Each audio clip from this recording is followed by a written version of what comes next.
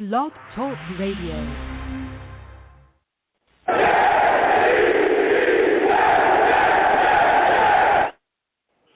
What's going on, folks? It's your boy Long Beach Joe, and I am back at it again. I'm back at it again, man. And boy, oh boy, is it a tough time to be a Jets fan, all right? We're going to be discussing the Jets' loss to the Jaguars 19-3. In that game, Zach Wilson was benched. We're also going to be discussing his future here. There's a lot of fans extremely upset. Salutes to all the savages in the chat. We're live as well. Mr. Matrix, good to see you in here, everyone else. And, man, we have quite a bit to speak about. So let's go ahead and get into the show. I'm the man of the people. I'm here for the people. Let me shamelessly promote my Facebook page. Everyone go on Facebook. Search The Long Beach Joe Show. Like that page. My content's up there. Go ahead and give it a listen. Message me. I'll message you right back. I love going back and forth with folks about this football team. Also, leave me some feedback. I love hearing about what you folks think I do here on The Long Beach Joe Show. Also, on iTunes as well, folks. Go on over to iTunes. Type in The Long Beach Joe Show on iTunes, all right? Subscribe to the podcast over there. Give me a 5-star rating, and let me know what you folks think about what I do here on my show, man. Really love the feedback. Really love hearing what people think I do here on my show. I'm also on Twitter as well, okay? Go on over to Twitter. Type in @TheLongBeachJoe, @TheLongBeachJoe, okay, on Twitter. Go ahead and follow. I'll follow you right back, and we can go back and forth, man. Personal, page on Twitter is @YoungJ000, all right? Have a lot of fun going back and forth with people. I'm also on YouTube as well. For those of you that don't know, I post content on YouTube. We do the show live on YouTube as well. Have a lot of fun going back and forth with everyone in the chat, all the savages. You know what I'm saying? Just getting it, talking about this football team and everything that goes on here with it. So going over to YouTube, you want to be part of the fun. You know what I'm saying? We have a very good time. Go on over to YouTube, type in Long Beach Joe Jets, Long Beach Joe Jets on YouTube. Go on over there, subscribe to the page, hit that notification bell so when I post content, you folks will be in the know, all right? Man, oh, man. Now it's time to talk about this. Jets, prime time, Thursday night. Again, callers, we'll get to everybody. Just be patient. We'll get to everybody in a second. Jets are in a primetime game last night with the Jags. And there's a lot of questions going into the game, a lot of things, that we wanted to see the Jets come out. There's a lot of importance in the game as well, as we know the Jets are trying to make the push to continue in the playoff hunt, trying to continue to go forward here and see what they can do next. And their playoff, hopes pretty much were on the line here. We know that we had to win out. We know we were facing a Jaguars team that, was a little bit banged up, especially in the trenches. Offensive line, defensive line for them was banged up, but that they were a solid offense. The defense wasn't the best, but a solid offense. We knew we had to go in there and handle business. So once the game started, the Jets defense came out early and got themselves a turnover. Quentin Williams gets a sack. He sacks Trevor Lawrence, strips the ball, and it's a fumble. Jets pick it up. We get the ball at Jacksonville 16, all right? So we're all hyped. Mind you, I'm watching it live with the Savages, okay? Live. So we're all fired up. Early play, got a turnover. Jets are set up already in the red zone. Zach Wilson comes out, and again, going into this game, there's a lot of questions about him as well. A lot of things on the line for him too. Zach comes out on the opening drive from the Jags 16. They run for 1 yard. Knight runs for 4 yards. They hand the ball off there. Then Zach turns around, gets sacked on third down for -8 yards, and the Jets end up kicking a field goal. Now, that wasn't the best way to start the game, especially when you get a turnover in the red zone. Not the best way to start the game, okay? But, hey, we got a field goal. We felt like, okay, hopefully the Jets can build offensive momentum off of this. Hopefully there's something that can get going. Sadly, it never really got going for the Jets offense. And Zach Wilson in the game against the Jags was terrible. He was inaccurate. Ball placement was all over the place. It was bad for Zach Wilson the entire night, okay? Zach Wilson was 9 of 18, 92 yards, an interception. He also had 1 rushing yard. At one point, the Jags were up 10-3. The Jags had kicked the field goal. They also ran in a touchdown as well. Trevor Lawrence was able to get himself into the end zone for a touchdown. It seems like the New York Jets defense couldn't do anything about him or the Jags offense, to be completely honest. The Jets defense was very bend but don't break. They gave up a 96-yard drive during this game to the Jags offense. And again, this was a Jags offense that had a beat-up offensive line. Their left tackle, one of the best offensive linemen, he was out. Brandon Sheriff, their right guard, got injured during this game and missed some time. Their right tackle was dealing with an issue as well, with a hamstring issue. And the Jets' defensive line just couldn't get to Trevor. Couldn't get to him. They had 1 sack. That opening sack was the only sack they had the whole night. That was it. After that opening sack, there was nothing. Just nothing. Trevor Lawrence was also running around like crazy as well. He had 7 carries for 51 yards in this game.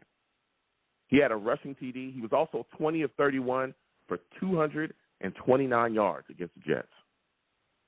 Jets defense struggled all night trying to stop him. Etienne as well, he had a solid day. 22 carries for 83 yards. Ingram, my goodness, we couldn't stop that guy at all. It didn't matter who was covering him, whether it was Sauce or Whitehead or Reed, it did not matter. He had 7 catches for 113 yards on the day. He was breaking tackles, running through tackles. He had a big screen, a tight end screen in the game he took for 22 yards. It was insane.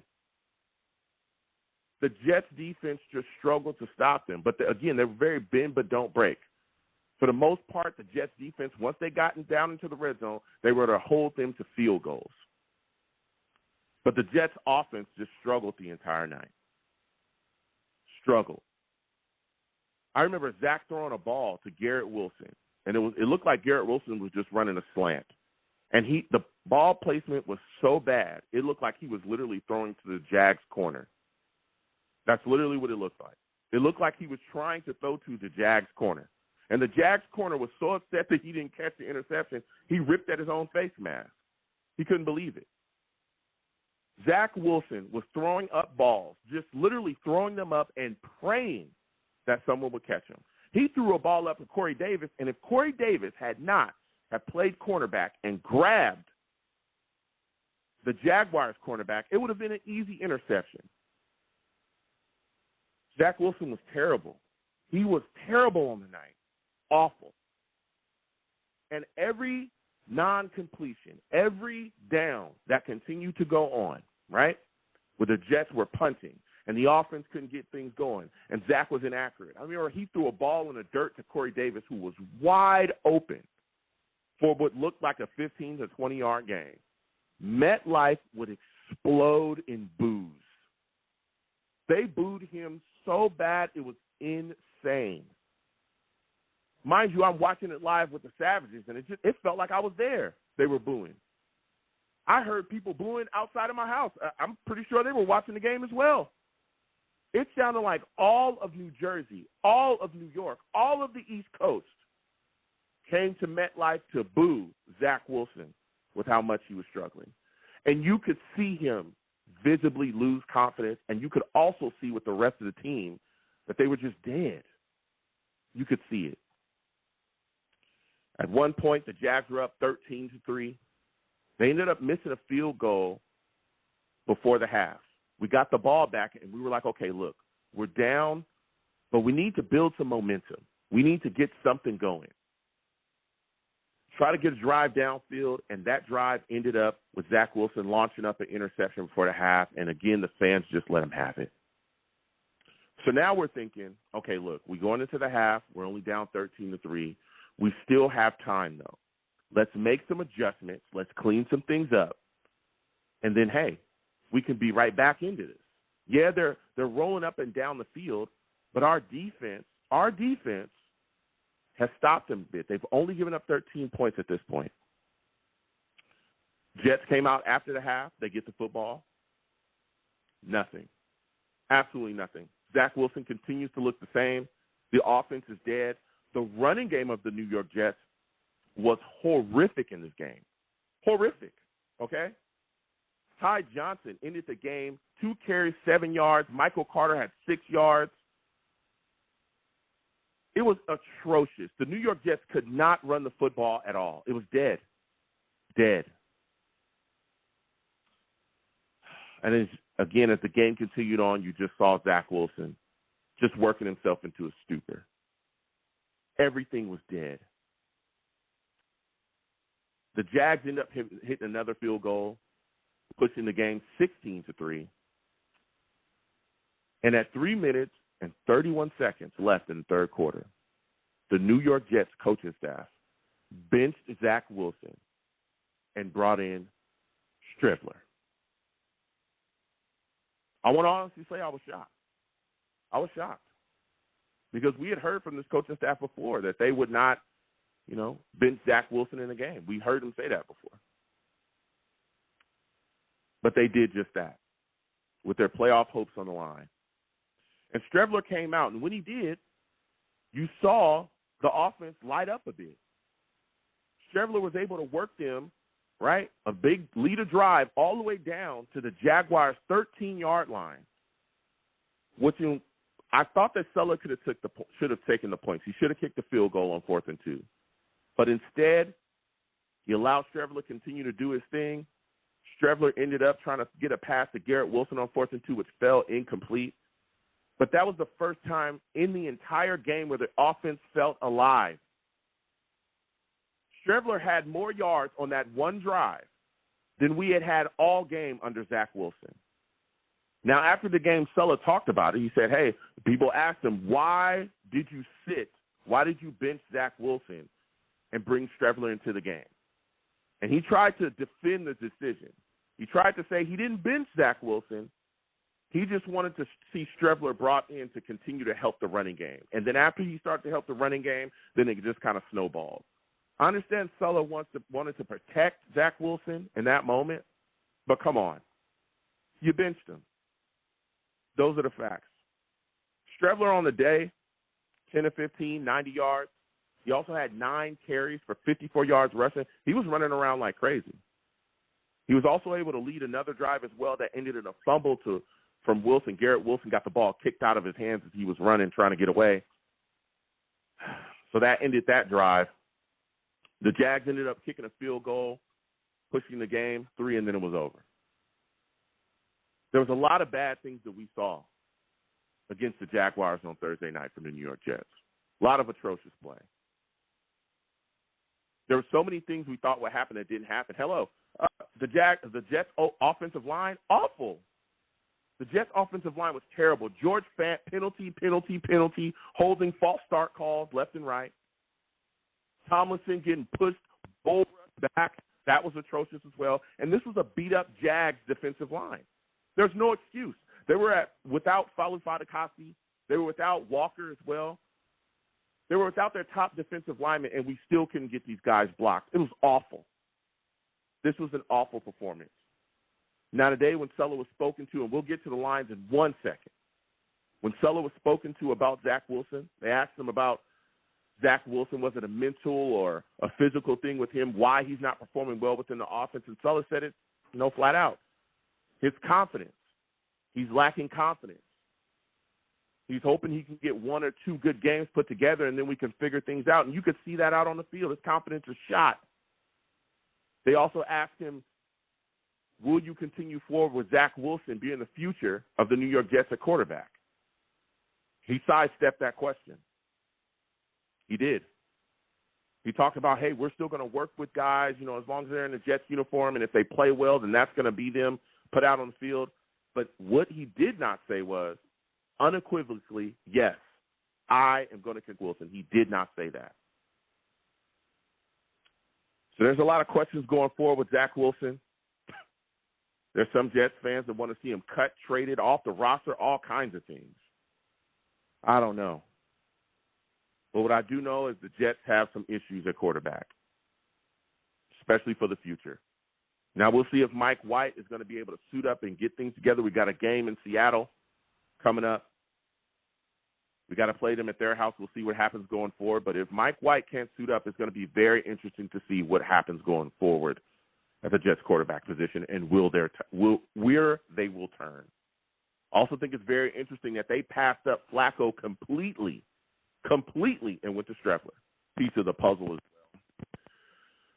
We're going to get to the lines again. 515-602-9639. 515-602-9639 is the number.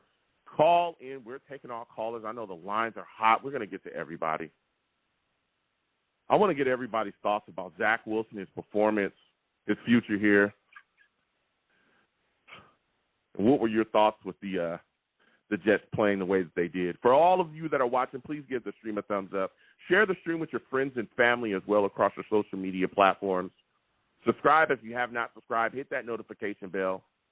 Salutes to all the Savages as well, Jets Gang, Jets Mess, Jacob Klein, Mr. Magic, Perry, everybody in the chat salutes.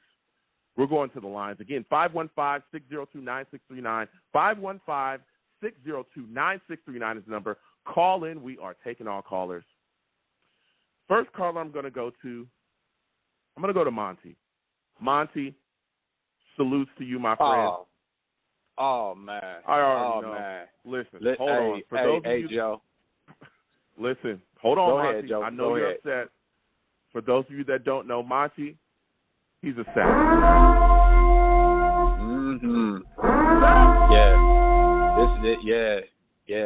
Yeah. This not going to be a nice call. Monty, now listen. I know you're upset, but it's a family show. Don't curse on my show. That's all I'm asking. I'm very upset, Joe. Okay. I told you to open the lines up in the chat yesterday. You probably would have banned me for life, and I'm glad you didn't open up the lines. You probably would have banned me for life. I'm serious. Listen. I'm serious, bro. Like, if I would have saw Zach Wilson on the street I would have put hands and feet on him, man. I would have put hands and feet on him yesterday. Don't get the feds on my line now. That's just in GTA. That's what he's just talking about in video games. He's not talking about in real life. Warning. Listen, Monty, just a warning. Monty, listen. I want you to give me your thoughts on Zach Wilson. Give me your thoughts on Zach Wilson and his play against the Jags. I mean, what exactly should the New York Jets do with him going forward? I mean, what do you think was the big issue on the field last night? Joe, I had a long time, all day. I told you I had to bet with my friend, right? I told you I had to bet with my guy. He was at the game. He was at MetLife yesterday, and he let me have it. He's been sending me text messages and everything all week, okay, or all day. I'm sorry, but with Zach, I had a chance to calm down. I'm getting a little bit upset even just talking about it, but I had a chance to really calm down, right? And I think what we should do with Zach, I wouldn't trade him. I wouldn't cut him, because this is a new era of Jets football. You know what I would do? I would just have him as a backup, man. Just have him learn, sit, and hope that we can get something out of him within these 4 years. But what I really think Joe Douglas needs to do with Zach Wilson, man. Joe, you ever watch Fresh Prince of Bel-Air? You ever watch that show? Yes, I have. You remember when Carlton, when Will took Carlton to MacArthur Park, and he was staying with his buddies, and he wanted to prove that's what we need to do with Zach Wilson. We need to take him to the trenches, man. Get him some mental toughness, man. He need to go to the hood, man. He gets mad when people be screaming at him. The receivers start screaming at him. When Garrett Wilson is yelling and screaming at him, get in the hood and have him get some toughness, man. The dude is soft. It's culture shock, man. He get to the NFL and he don't know how to deal. He don't know how to deal with being in an NFL locker room, man. It's just a culture shock to him, man. And that's all. That's all it is. Mentally, he just messed up. Yeah, I think what it is, and we talk about this quite a bit, and I talked about this when we drafted him, is that New York is a place, it's suffocating, and we've seen it destroy people, right? That's the problem with getting people here. That was our big issue with attracting free agents for a while, and even having guys work out in the draft. Listen, this is a pressure cooker. Yep. And we want to win. Yep. Jets fans want to win. And when you come here, drafted, free agents, whatever, but especially draft picks, the media is on top of you. Everybody's on top of you. Well, he comes here from BYU. He's got certain traits. He's got things, but he's not picking up the game the way he should. The backyard football stuff is not working at this level of the league. Then you also got the issues, clearly, which we see with the teammates as well. We see it on the field. We see the team play completely differently when he is under center. We see it. We see it look like they have no faith. They have no confidence in their quarterback whatsoever. And when he's back there, they just don't think that they can win. You can visibly see it. You see that the wide receivers don't have any confidence or faith in him. You see Garrett Wilson, he gets upset, his body language. You see that when Zach Wilson is playing quarterback there. You see it. So when you lose the locker room, you lose guys, and then you're losing on the field, and then everyone basically believes it's a far-gone conclusion that you are done here in New York, his confidence is shot, and you can see it. And Sulla said that as well. You can see it. And the number one thing that you must have as an athlete. It looks very, very sad, man. Yeah, the one thing you must have as an athlete in the NFL or at any league, period, is confidence. You lack confidence, I don't care how talented you are, you're going to jack things up and you're going to lose quite a lot of whatever it is. But especially in the NFL, and especially a quarterback. Right, and that's what happened to him. And that's what happened to him, man. He just doesn't have enough confidence to be able to withstand what's going on in New York right now. And that's fine. Yeah. I understand, he's still a young kid. But what I want the Jets to do with him, I know it's not a popular decision, but I honestly really think that we need to just keep him and just develop him. And, as a 25-year-old kid, he might develop into something. Because it's all mental with him, it seems like. And if he can just sit, he's just not ready. You just see he's not ready, and that's not a problem. Some people aren't ready. I wasn't ready to go into the workforce at 20, 21 years old. But over time you gain maturity. You start to learn certain habits. You start to pick up certain things from certain people, and you learn just how to be a professional, how to gain that mental toughness, because it seems like Zach is a gamer. It seems like he's a gamer, but then he just kind of just gets in his own way. And I just look at it as like, man, he's just not comfortable. He's not comfortable yet, man.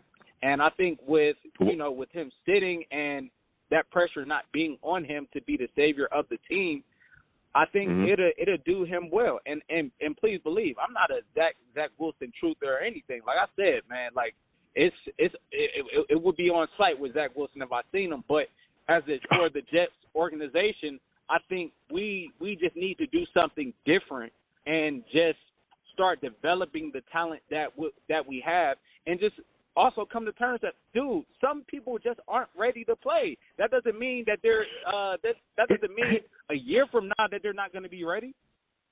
But here's my question though, Monty, and again, the lines are hot. We'll get to everybody. There's no excuse for Zach Wilson to be bad. I'm going to play devil's advocate here because everyone knows I'm a Zach guy. But I'm going to look at it from the opposite side of the spectrum. Sam Darnold, when he was here, lacked what? Weapons, coaching, offensive line protection, all of that. A myriad of excuses of why, he didn't work out here. There's no excuse for Zach Wilson not to be good here at all. There's no excuse. Right. The Jets have done everything in their power to make sure that this kid succeeds. Joe Douglas went and got him weapon after weapon after weapon. He upgraded the offensive line. And even though the offensive line has been banged up, even the pieces, the offensive line has been sufficient enough and given enough, protection to be successful here. He's upgraded the weapons. We got tight ends. You got Garrett Wilson. You got Elijah Moore. You got Corey Davis. You got all this stuff. You got a running back. You got it all. You even got a championship defense. A championship defense. Right? You got everything that you could possibly have. You have all the coaching. You have better coaching than how in the world can we expect you to get better when you can't succeed with this? Because you know what's crazy about this, Monty, and again, I hear the development talk. He's been here 2 years, though. Mike White stepped off the street, a guy that people didn't even – he was on the practice squad as far as most people are concerned, wasn't even close to being a starter. Oh, he's not going to do nothing, right? He comes in, he looks better in the offense than you do, and now people are talking about him possibly being the guy to move forward with the New York Jets as a franchise quarterback. Joe Flacco's looked better in the offense than Zach Wilson has. Yeah. Josh Johnson has looked better in the offense than Zach Wilson has had. And let's be completely honest. Last night, Streveler looked better in this offense than Zach Wilson has. True. All these guys, everybody else looks good. Everybody else looks better than you look, though. So at what point do we cut this? At what point? What point do you allow this guy to keep going out there? What point do you say, hey, that's it? And that's my question for you, because there's a lot of people saying that his time is done here. My final question for you, do you believe it's over for Zach Wilson, that they should shut the door and possibly go with a veteran going forward? I think it's over for him. I honestly don't think he can survive losing prime time, having an embarrassing performance the way that he did. He just made the organization just look dysfunctional the way in which he played. He's the number 2 overall pick, and he was going against, Trevor Lawrence, and Trevor Lawrence played well. And they're always going to be compared, and, my guy sends me this meme with Frank Gore on it, and it's, as a Jets fan, it's just sad, man. Like, man, we almost had the number 1 pick, and that could have changed the trajectory of our franchise. And Zach Wilson, I mean, it's just going to be too much to really overcome, especially when you got Justin Fields playing the way that he's playing, Mac Jones playing the way that he's playing. It's just too much to. I don't think he can. I don't think he can. Overcome. The venom of the fans and and the media. It's just too much. Yeah. So before I let you go, Monty, because the lines are hot and we're going to get to everybody. Final question for you: if Mike White cannot go against Seattle, where do you think the New York Jets should turn at quarterback? And then give me your final score prediction for that game. You have to go with Flacco. You have to go with Flacco. You have to save Zach from himself. If you care anything about Zach Wilson, you do not put him on the field. He's not ready. He's not ready to be in that moment. It's just over with this year. So I would go with Joe. I would go with Joe Flacco, and I would have Streveler as the backup. And I think that could work. But I mean, we're not going to win in Seattle playing with Joe Flacco. So my prediction would have to be, 9-19 or 20, because we're not going to be able to score with Joe Flacco. He can't. He's a statue in the pocket. So 9-19 Seattle. Sad to say. 9-19 Seattle. 9-19. That closes the door right there. Yeah. I can't. I just Monty. can't see it, Joe. Like I can't see it. Yeah, I hear you. Listen, Monty, I got to slide off. The callers are hot. You have yourself a good one, my friend. All right, you too, man. Take it easy. All right, you have a good one.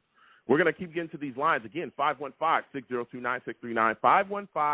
515-602-9639 is the number. Call in. We got a lot of callers. Please be patient. But before we get to these lines, Jets Mess salutes you with the big donation. I said salute to Jets Mess with the big donation. He says, what's the story with Miles Austin getting suspended? For those of you that do not know, Coach Miles Austin, New York Jets wide receiver coach, was suspended for violating the league's gambling policy. We'll get into that a little bit later on in the show, man. It's getting wild. We got to get back to these lines again. 515-602-9639. 515-602-9639 is number. Call in. Next, I'm going to my guy, Val. Val, I'm coming directly to you. Jay, North Carolina, Ronald, other callers will get to you in a second. Salutes to you, Val. I want to thank you for calling in tonight. For those of you that do not know, Val, I was calling. Average man.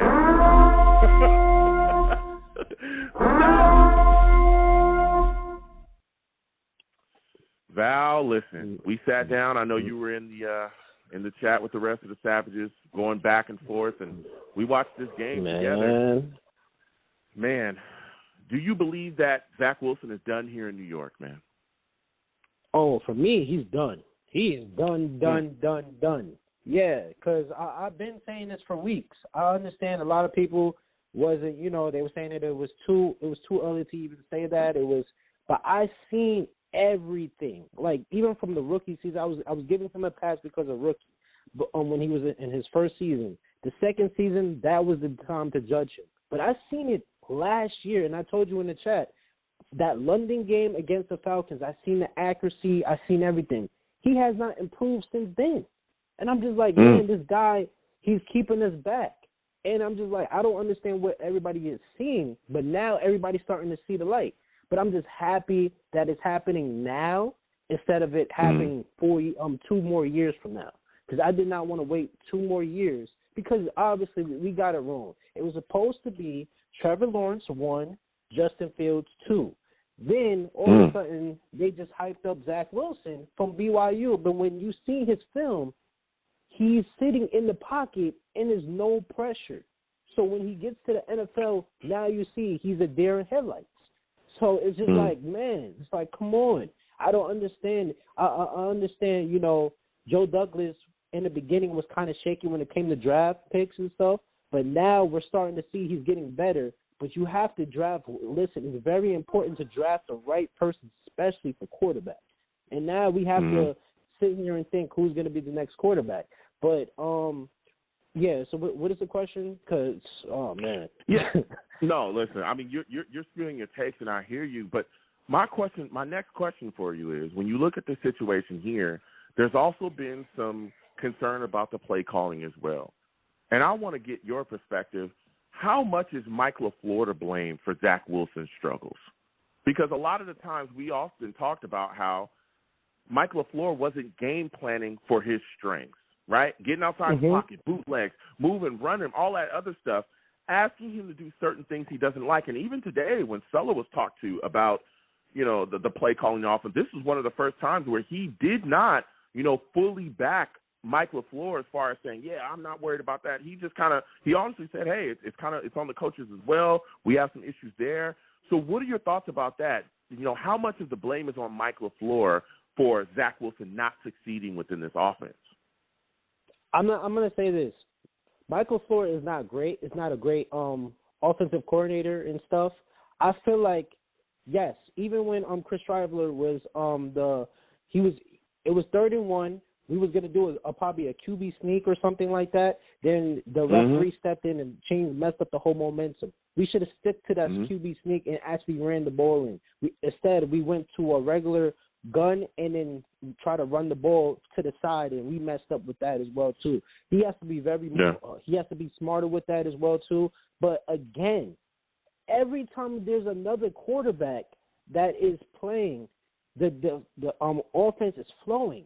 It's flowing, it's working, but when Zach Wilson is the quarterback, it's stalemate. Like, nobody is really playing. Everybody's not getting the ball. He's hesitating to make the easy passes. Even when he's passed it to the running back, it took him a long time to even process that he was wide open. It was playing heavy coverage. You're stacking the box, pass it to the running back right away. As soon as you pass it, that's a first down. He waited. And then as I was sitting here listening to you talk to the other caller, I'm sitting here watching the game. This man is just sitting back there, and he sees the pocket is collapsing. You have running ability. Scramble the ball. It's like, come on. It's IQ, man. It's like, it doesn't make no sense. And Chris Trevor just showed you can run the ball, scramble with the ball, use your feet. You don't even have to keep forcing the ball into double coverage. Run it to the first down. You see all these other quarterbacks doing the same thing. Why you can't do it? That's the only problem that I have with Mike White. But, you know, Mike White is a traditional pocket passer. But he has a little scrambling ability too. But Chris Trevor just showed you could just run the ball. If they're playing heavy coverage because they know the quarterback is not going to run it to the first down if you have the ability. So it's killing me, man. It's killing me. No, listen. I get you. It was killing us as well. One of the things that was annoying for me too is you watch this game and our offensive line was struggling to block their defensive front. What are your thoughts on that? George Fant getting penalties, holding, all kinds of things left and right, and then you got Tomlinson getting pushed back into Zach as well. The protection was a bit spotty. Were you surprised that this Jags defensive front was able to ragdoll our offensive line. Yeah, and I was shocked because this is the 27th defense. They didn't do this against no other quarterback as well too. Like I really don't watch the Jaguars games, but they're ranked 27th, and then I heard the defensive line was kind of injured as well too, and then this is like kind of their backups as well too. But it's just like it was making no sense, and then the penalties was not helping at all. But again, you seen the change when Zach Wilson sat down. I hate to go back to the whole Zach Wilson situation, but you're taking some pressure when your quarterback is scrambling, so they don't have to like just keep blitzing. You know what I'm saying, or keep having that heavy coverage. But it was still a problem. The offensive line. I agree with you. You said this yesterday. Listen, with that first-round pick, I am taking a right tackle. You cannot trust Mekhi Becton because obviously availability is the best ability. And I'm also questioning Corey Davis if we're going to bring him back because he's another person that is not available as well too, man. He's always injured. We need people. We need players to actually step up and be that number one or number two. And Corey Davis is just he had an off game yesterday as well too. And no, he wasn't targeted like that, but when he was targeted, he was dropping a lot of footballs as well. So it's a lot of questions that we have to bring up because, man, this is terrible. Yeah, it is. Now, my next question for you, my friend, the Jets defense. Were you shocked that we couldn't – I mean, we really couldn't stop the Jags offense until they got in the red zone, a very bend but don't break. Were you shocked that we didn't get more pressure on Trevor Lawrence? We only had one sack on him the whole game. Man, I feel like this defense is it's collapsing, man. It's just like it's getting exhausted because they're on the field all the time. So how can I really blame the defense, man? It's like they stopped them to 19 points, stopped the Detroit Lions. The Detroit Lions is usually scoring 30 points. They held them to, 20 points, 19 points? I forgot what the score was. But tonight was 19 points. Exactly. So it was just like, man, it's like every time they get a stop, then the offense get out there, they can't get a first down, then they're back out there. So they're overly tired. So it's just like, and they got a lot of weapons as well, too. So obviously it's just like, the defense can't help to a certain extent because it's like they're on the field most of the time. It's just and yes, they are slipping. I'm saying that as well, too, because they definitely need to step up a lot more. I believe a lot of, they was running the ball on us as well too. They was getting it. Yeah, they're targeting. Basically, what they're doing, they're targeting the linebackers. They're throwing to the middle. They basically, you could tell they watched them on the Patriots, the Lions game, and partly the Bills game as well too, because they're targeting the linebackers. They're not really targeting their wide receivers because they're throwing it out fast. They don't want they're getting our defense off balance and stuff, throwing it out fast. And that's how you stop our defense because of our linebackers, because they're overly tired because they're out there all the time. So it's just like we need some progression on offense to help the defense as well too. It has to be a balance. Yeah. So my final question, for you, Val, you're bringing the heat right now. My final question for you is if Mike White cannot go against Seattle, where are you turning to for the Jets quarterback situation? Are you going back to Zach Wilson? Oh, you're going straight to Strebler. Okay. I'm done with Zach Wilson. I'm done with Zach Wilson, and I'm done with Joe done with Joe Flacco as well too.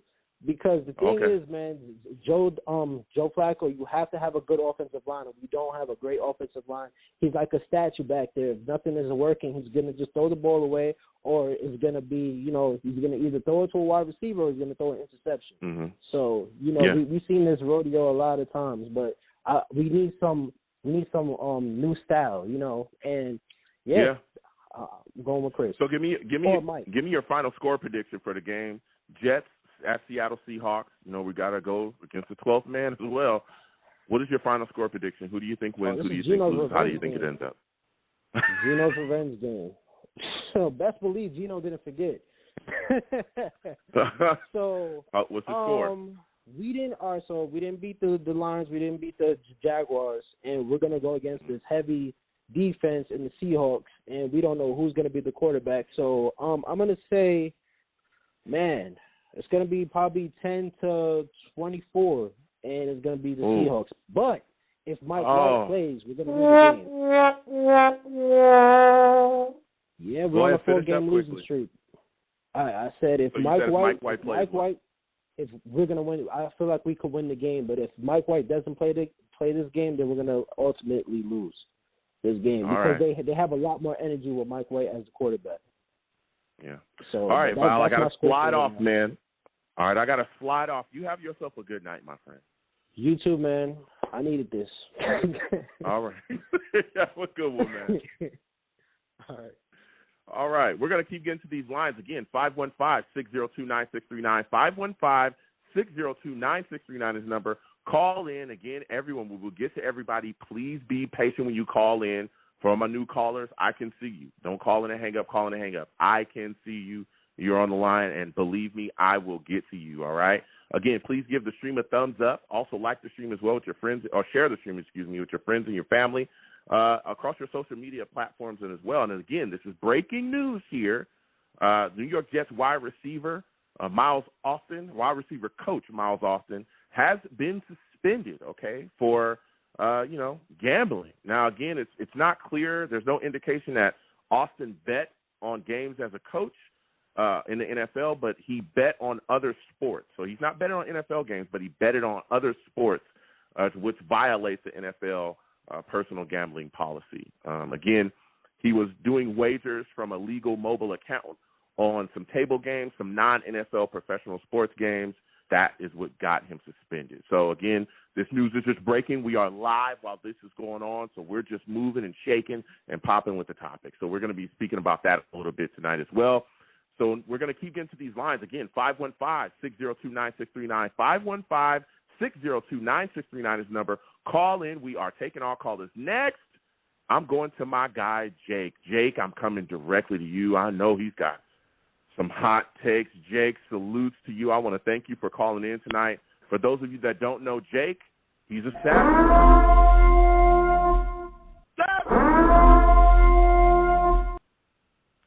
Jake, salutes. I want to thank you for calling in. Listen, Jake, we see Zach Wilson had a tough performance yesterday against the Jaguars. What are your thoughts on what you saw out there from him? And is his time here with the New York Jets done, in your opinion? Is anyone surprised? Like, wholeheartedly, is anyone surprised about last night? That's what I like to ask. I mean, I didn't think he would play that bad. That was terrible. I mean, the lack of confidence, balls all over the place, in the dirt. He just looked like he wanted to just go into a shell and hide. I mean, that was really bad. And you could also see that the offense just couldn't get anything together behind him. Hono's entire career. Ryan Leaf 2.0. Wow. That is what he is. That is what he is. Arrogant, immature, overrated, period. That is what he is. And I cannot find anybody here that will tell me otherwise. I have watched this kid for 2 years. 2 years. Mm-hmm. And find one game.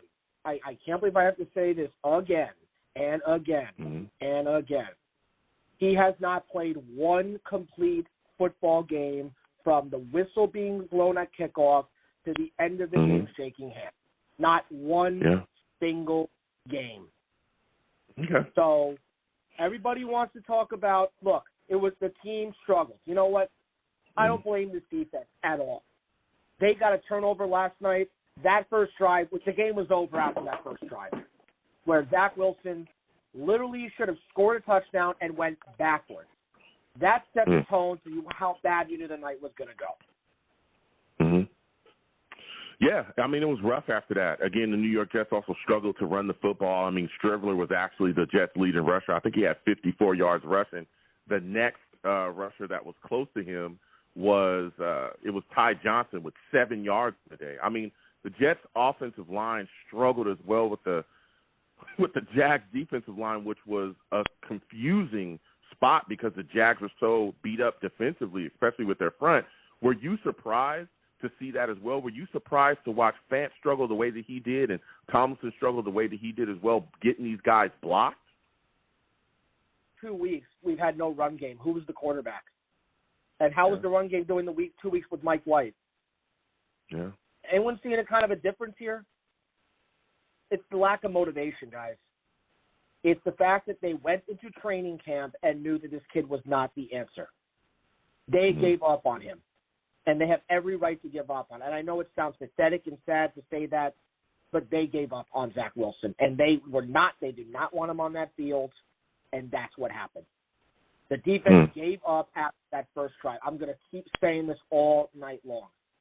After that first drive to set the tone, Zach Wilson did not deliver, and then it was just a continuous night of balls in the ground, into the dirt, out the field, couldn't get out of pressure. Listen, this offensive line has had its issues. I've said that all year, and I will keep saying it.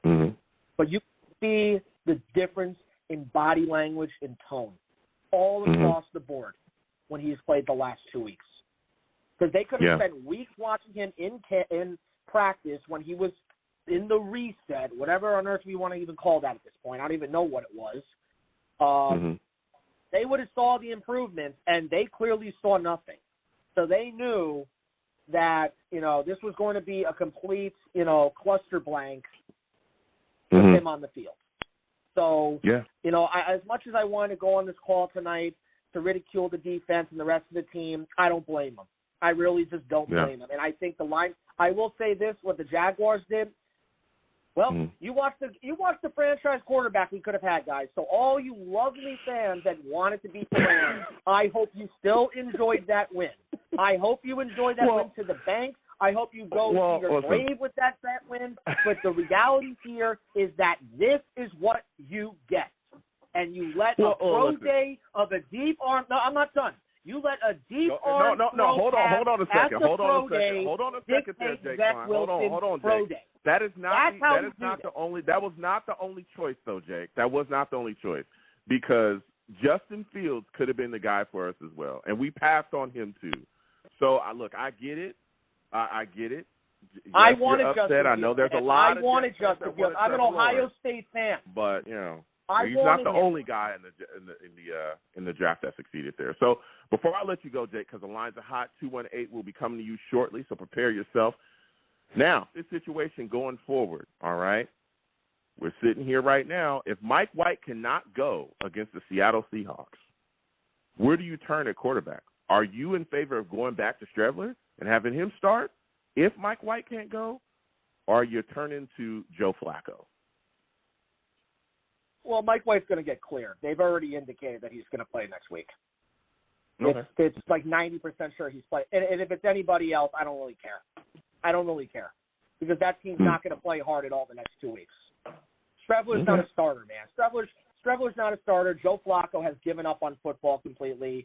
And watching Zach Wilson, I think I'd rather watch the Golden Girls than watch him play a game right now. Let's be honest. Wow. All right. So before I let you go, man, give me your final score prediction for the upcoming game against Seattle. Who do you think wins? Who do you think loses? How do you think it ends up? Unless what's that guy? Kay Kwamwe, whatever that guy was that punched Geno Smith. Can we just get him back? That actually might dictate the score in some fashion. But the score, come on, man. Joe, we're gonna lose. We're gonna lose 28-10. All right, there you go. Give us something to sleep on. All right. 28-10, he's taking Seattle. No, this listen, is not Jake, exactly I got to slide off. This is not the coal in the stockings of people, but listen, happy holidays to everybody. I know I'm not joyous, but I've been right about this for 2 years. So let's get, you know what, guys? Let's get Aaron Rodgers. I'm actually on board getting Aaron Rodgers, or we go after Mike White for another 2 years. That's what I would do. Yeah. We'll talk about basketball we'll season. I give a call to Green Bay. I certainly would give a call to Green Bay this offseason. All right, we'll see. Thank you, Jake, for calling in. We got to slide off. You have yourself a good one, my friend. All right, happy holidays. Same to you. Happy holidays. We're going to keep getting to these lines. Again, 515-602-9639. 515-602-9639 is the number. Call in. We're taking all callers. Listen, we want to hear. Again, today, Miles Austin, Jets wide receiver coach, been suspended by the NFL, violating the gambling policy. All right, he didn't bet on NFL games, but he's betting on other sports as a coach in the NFL. They can't have that. That violates the policy. So we're going to 218. 218 coming directly to you, North Carolina. Ronald, other callers, hold on. We're going directly to 218. Area code 218. You called in. You're looking like a new caller. Give me your name, where you're from, and give me your thoughts on what you saw from the New York Jets against the Jaguars. Hey, Big Joe. If this is me, it's Jesse. I've actually called to the show before. I'm actually a big fan. It's probably a different number from what I called from last time, man. How you doing? I'm all right, Jesse. It's good to hear from you, my friend. Now, listen, Jets coming off of a tough loss to the Jaguars on Thursday night prime time, man. A lot of people ready to throw Zach Wilson just completely out of Jersey. What are your thoughts about his situation, man? Is he done here in New York? Is he done with the Jets, in your opinion? You know, real quick, I want to address the Miles Austin thing. It's weird to me. Their betting gambling thing is so inconsistent, especially now since they have the DraftKings contract. So it's going to be interesting to kind of hear more news about it because, of course, Calvin really got suspended for the year for gambling. Yeah, he did. And it doesn't sound like he was suspended. He wasn't even betting on his own team. I know that was the big thing in baseball, which is what happened to Pete Rose. And then, of course, that whole thing is a mess. So, yeah, for Austin's sake, I hope we hear more because it doesn't seem like these guys sometimes get a second chance after they're suspended for gambling, even though everyone seems to have a contract with like DraftKings or gambling sites of those natures. So it is confusing. But as far as that's concerned, you know, being from Brooklyn and then moving to Minnesota, so that's where the 218 number is. I moved to Minnesota, so I'm surrounded by NFC North fans, you know, Packer fans, Bear fans, Lion fans, you know, Viking fans, and I get the chance to watch a lot of football. I mean, a lot of football the last 10 years, college, high school, NFL, and I was never high on Zach to begin with, but I thought, you know, when we drafted the kid, I went, okay, if they can do something as far as like get a veteran quarterback in there already, you know, God rest Greg Knapp's soul. What a tragedy that was. But you probably knew you needed a more veteran quarterback coach, quarterback developer than a Matt Calabrese, who was also going to be in his first year. Because I remember watching that first game against Carolina, and I loved the flash plays, but I'm like, man, the kid looks a little lost out there. And, you know, my thought was like, you know, I might be right. They need to go get a veteran, you know, maybe just sit him and, you know, you develop him. Because coming out of college, he reminded me a lot of Aaron Rodgers. And I said that in the sense that Aaron got to sit behind one of the greatest of all time for 2 years, and they just developed his game. They just developed his throwing motion. They developed his footwork. And, of course, you know, these are issues we're dealing with Zach, you know, through these 2 seasons, right? And I don't think he's ever been, you know, he was thrown in there. Hey, you're going to just kind of learn on the job. But, you know, and I love the coaching staff. I love Robert Saleh. I don't think he needs to go anywhere. And I'm not going to be the caller to come in today and get on the defense. They just didn't have it yesterday. I'm not, you know, it is what it is.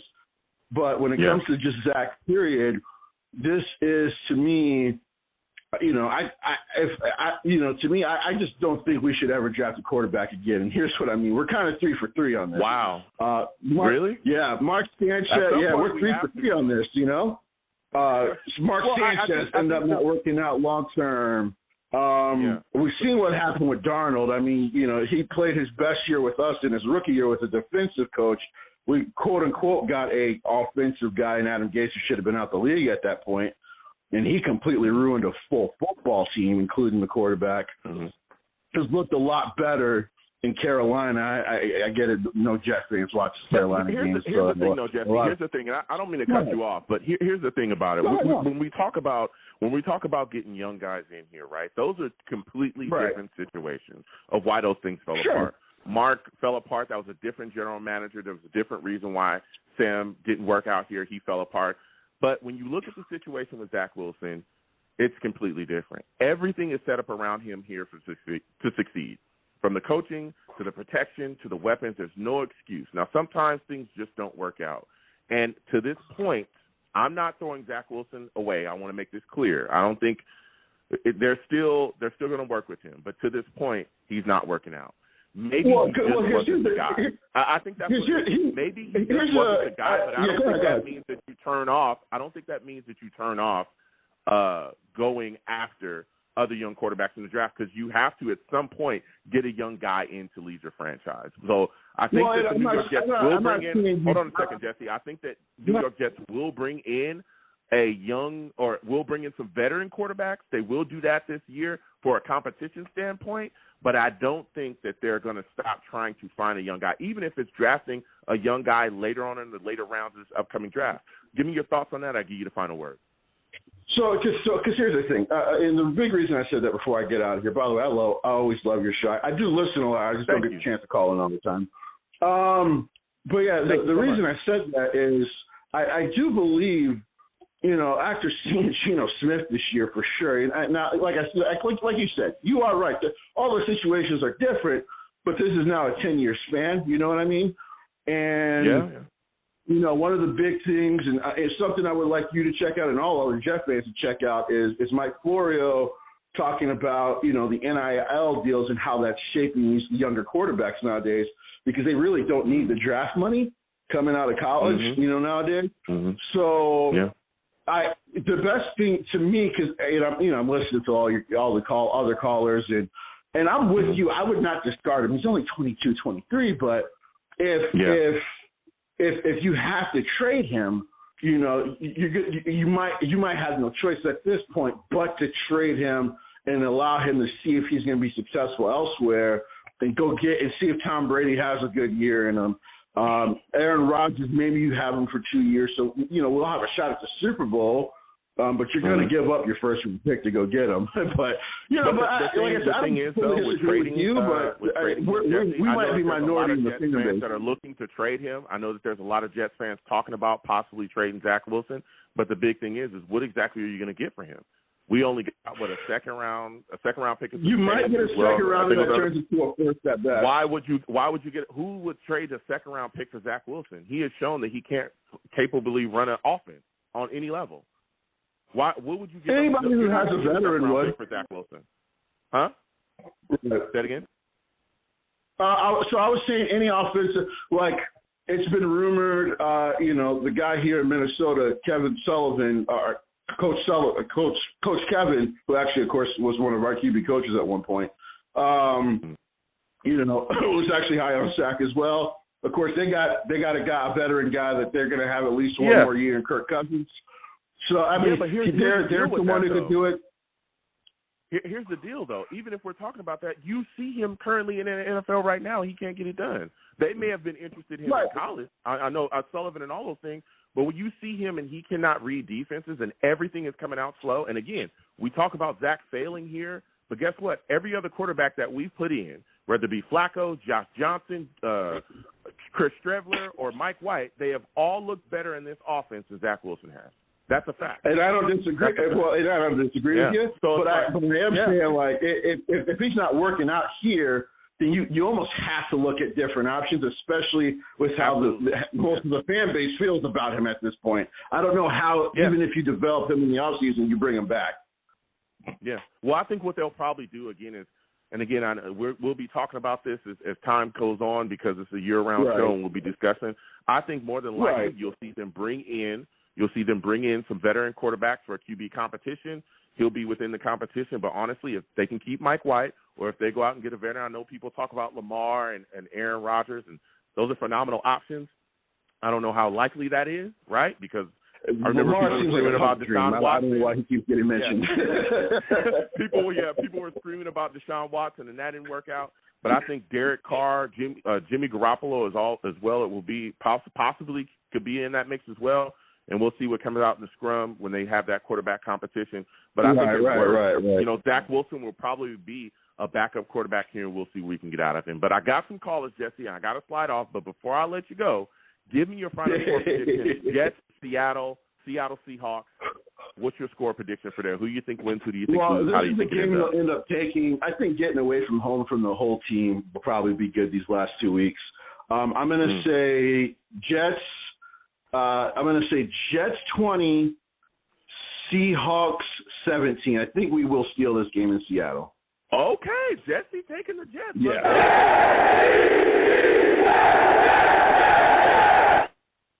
Jesse, listen, I got to slide off. It was great to speak to you. I know you say you listen to the show. I want to have you call in more. I really like your takes, man. You bet, man. You have a great Christmas. Absolutely. Same thing to you. Happy holidays to you as well. So we're going to keep getting to these lines. Again, 515-602-9639. 515-602-9639 is the number. Call in. All right, we're taking all callers. Next, I'm going to my guy from North Carolina, Ronald Perry. Other callers will get to you in a second. I know this guy has a perspective. Listen, salutes to you, my friend. I want to thank you for calling in tonight. Hey, Joe. Boy, oh, boy. Happy holidays, man. Yeah, the same to you, Joe. Zach Wilson looked terrible. Terrible. Against the Jaguars. I mean, to be honest, it was a car wreck, man. Oh. It was bad. It was real bad. Give me your thoughts about Zach Wilson's performance against the Jaguars, and do you think it's over for him here in New York with the Jets? How you doing, Joe? It's always a pleasure to talk to you. I had the opportunity to get in with you tonight, and the time between us is really good. So I got to say this. I actually had a rare opportunity to watch the Jets last night, and it's good the game was on prime time. You know, I got Fire Stick, so I went on and got Amazon Prime because I was trying to look for the game and other sources how to get the game. I kind of panicked, and the game was in motion. I was missing the time, and I said, I'm going to try this Amazon Prime. I see that pop up, and it was showing the game, still image of the Jets and the Jaguars. The Jaguars, and I said, let me click on and see what happens. So I got the 30-day trial, so I said, let me watch the game, and I think my impression of it is that Zach looked like a beaten man. He just looked like psychologically and spiritually, he just looks beaten. I think that's the biggest thing wrong with Zach. I think it's from the neck up. From the neck down, he may be one of the most talented. He's the most talented quarterback the Jets have ever had, maybe in their history. Wow. But from the neck up, spiritually, it's just it's lacking. You can see it. You can see it. I think about when I was a kid growing up, a towering figure who was a very big influence on my childhood, man, Mr. Reginald Martinez Jackson. And when he came to New York and George Steinbrenner signed him to that big contract and the media started coming down on him, how much pressure there was on Reggie. And he did something in 1977, I think the year was, 78, that was unprecedented. He hit 3 home runs on 3 consecutive pitches. When I think about that, I try to wrap my mind around that, the level you had to be on. To hit 3 home runs on 3 consecutive pitches. And do you know the last one he hit was at the top of the staircase in Yankee Stadium, straight away center field. You know that black imaging, to cover the background so the hitter could see? He hit that ball to the top of the staircase. That's a different level of what it is. It's just that mentality, that focus, that level of it's more spiritual. Some people have it and some people don't. I've got to admit, in my life, I face challenges as well. When I've been stressed dealing with the challenges of life, and when I became homeless for the first time, and I had to dig down and do some soul searching at 40 years old, all of a sudden being homeless, I'm like, wow, this is quite a challenge for me. But somehow I just had a plan and a focus. That's what Zach's got to have, a plan and focus. So what I did I think within the last day or so, last couple of days, I have YouTube and I have my Wi-Fi connection. I start taking a look into the past. It's a video on YouTube. I recommend you take a look at it. It's A Football Life, Bill Walsh. And I took a look back at the San Francisco 49ers. The video is 53 minutes and 12 seconds long. Interesting that a Jet fan would go look at the 49ers because we're in a West Coast offense. LaFleur and the Shanahans and the tree of people that came out of that system. And I remember when I was a kid in the 1980s, watching the 49ers. You know, it was interesting. You know, it seemed like a different world, the NFC at that time, watching them gold helmets. I said, who is this team? And they seemed really exceptional at what they were doing. Zach needs to study that. He needs to study Bill Walsh. He needs to study Joe Montana, study the all-time great. When people ask him this question, he got the answer wrong. He said Tom Brady. No, it's Joe Montana. That's the one you study. I took a look at some of that video, and they showed some of the passes he was throwing. It was incredible. He was hitting over receivers in stride, literally like he could have handed it to him or stuck his arm out, and they ran past him and took the ball. Never broke stride. You look at those passes, it was brilliant. It was brilliant stuff. And this is the stuff that Zach needs to learn. He needs to study the game, be a student, study the players of the past, study the coaches. Even though the version of the West Coast that's being run now is not the original version, but still there's something to be taken from it because it was a very complex system. You know, that was very innovative for its time, you know? Yeah, listen, and I hear you. And he has reached out to quarterbacks, you know, within the league. I know he reached out to, like, Kurt Warner. I think it was Drew Brees and a couple others as well, to kind of pick their brains on the situation. I know he has a very, you know, solid relationship with Aaron Rodgers as well. We all know that. And I'm sure he's reaching out to them, but it just seems like something – it's not clicking. And I think what the biggest issue is that, especially with the Shanahan offense, it's about timing. It's about hitting guys in space, getting the ball so they get them the ball so they can eat up the yak yards. And when I watch Zach Wilson, which is you know, when I watch Zach Wilson compared to when I watch Mike White or any other, even Striegler, to be completely honest, last night, they're making quick decisions. Mike White drops back. He knows where the ball's going. He's checked. It's out of his hands immediately. Everything's out of his hands. That's right. It seems like everything part of that stuff is late. All of it is late. That's right. He's late on everything. Part of that with that late system. On everything. I don't get it. What is your thoughts? Why do you think that is? Why do you think everything from Zach Wilson is so late coming out of his hands? Is it the mental stuff? It's anticipatory. It's anticipatory. The great NFL quarterbacks understand that. It's anticipatory. The Dan Marino's had it. The Joe Montana's had it. You know, all the great quarterbacks have that. It's that feel, instinctive feel. Obviously, it's a lot of practice time in. It's a lot of film study, film breakdown with the coaches. It's being able to tie all that in and visualize it. It's like literally you sit down like a kid. You close your eyes, and I do this sometimes. Sometimes we forget that. It's a form of magic. You forget to try to visualize what you want to happen and see it happen and believe in what you're looking at in your mind's eye. And this is the thing Zach needs to do to try to get it and then go on the field and apply that and try to see if he can capture that spirit, that magic. And all of a sudden, once it clicks, it'll keep clicking for him. Right now, it's not clicking. His timing is messed up. He like you said, he's holding the ball too long. He's eating the ball. It's timing. It's feel. You know, it's not like, you know, trying to throw every pass hard. It's a flick. It's throwing darts. And it's just a flick. Just let it go. Timing, release point. You know, put the ball where you need to put it. Anticipatory feel. It's like he's just lacking that. Sometimes they say he's throwing the ball too hard, and then when he does take something off and he's floating it into double coverages, it's just it's a real mess right now. I'm very, very concerned about Zach Wilson's future. Two players on this Jet team I'm the most concerned about right now. One of them is Zach Wilson, and it's the other one I call the prototype, Mekhi Becton, and that's because of injury. You know, we know he can play. You know. Yeah, but sticking with Zach Wilson, how much, when you look at the situation, you know, with him and the offense and things not clicking like they should, particularly with him, how much of that is on Mike LaFleur? Because we often kind of talk about Mike LaFleur's play calling needing to be adjusted a bit more for his style of how he wants to play football, how Zach Wilson plays football, what he succeeds at. What do you think Mike LaFleur is to blame for Zach Wilson not working out here so far?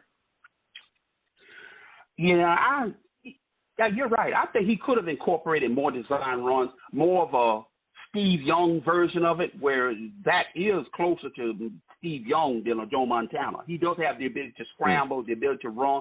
Maybe they could get him going that way, you know, incorporate a couple of early design runs, see how he feels with that, and see if we can get him going. A mixture of design runs, RPO, bootlegs, and then a few design plays where you have him stand in the pocket and just see if he can really start putting it together. You know, that combination of elements of scrambling, bootleg, design runs, RPO, and some pocket design plays just to see if he can get that timing down, get the feel, and get comfortable. You're right. You're absolutely correct. Maybe they could have got him going in that way, but I think maybe too with our coaching staff, maybe they're a little, set in their ways or have their vision about how they want to execute it. You never know how it is behind the scenes. Maybe Zach might be a little afraid, a little nervous about saying anything to the coaches or talking too much. It's, suggesting, coach, can you put in a few design runs? Maybe he's just trying to do what they tell him to do and run what they tell him to run. But you're correct, though, in your analogy of the whole situation. Absolutely right. I wish they would incorporate more runs and try to get him going their way. You know who did that? Buffalo. Buffalo did that with Josh Allen. The first couple of years of his career, you noticed they would design run.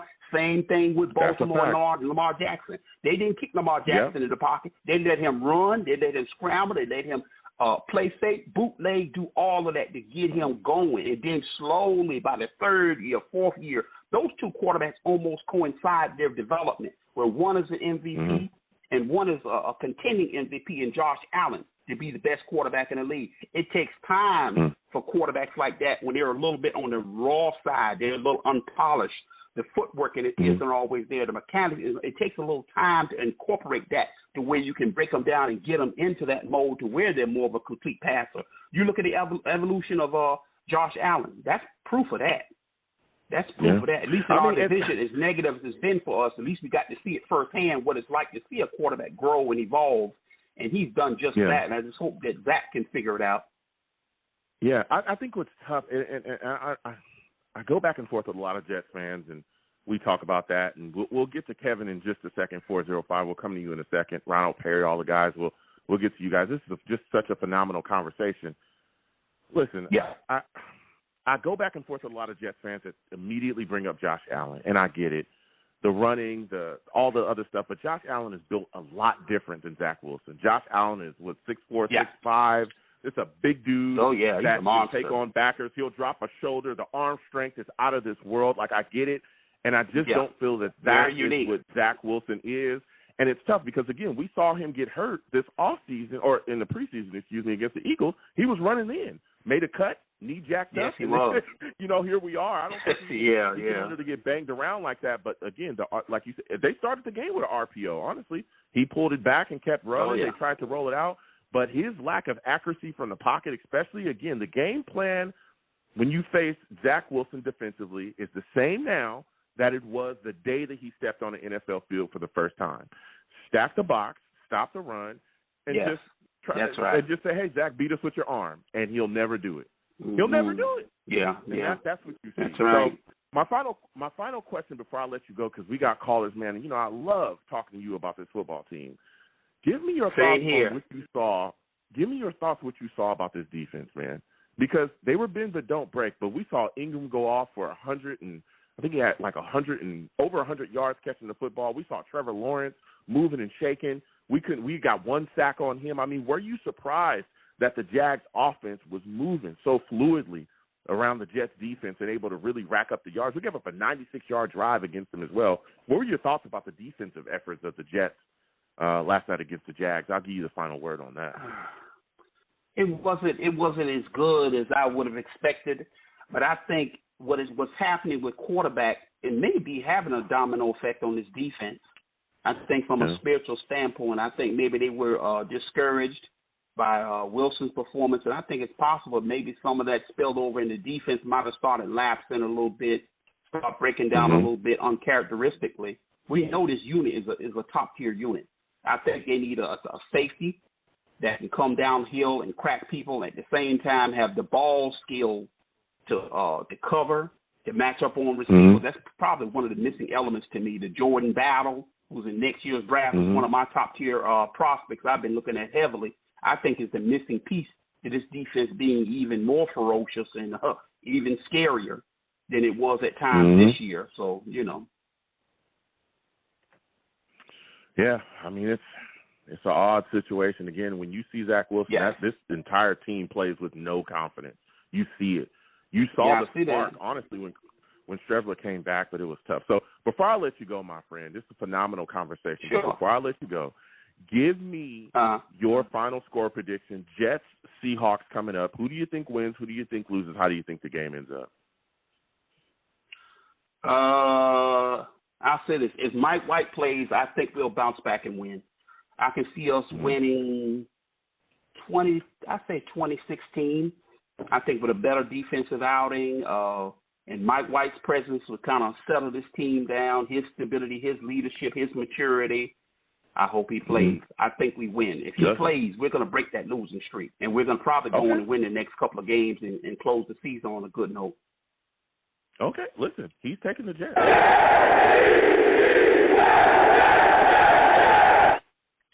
Listen, my friend, I got to slide off. I want to thank you for calling in. Next time I have a show, I want to hear from you, all right? Yeah, same here, Joe. You take care. It's always a pleasure. Absolutely. You have yourself a good one. Happy holidays to you, man. So we're going to keep getting to these lines. Again, 515-602-9639. 515-602-9639 is the number. Call in. We're taking all callers. Again, when you call in, be patient. We'll get to everybody. Lines is hot. There's a lot of stuff going on with the Jets, you know.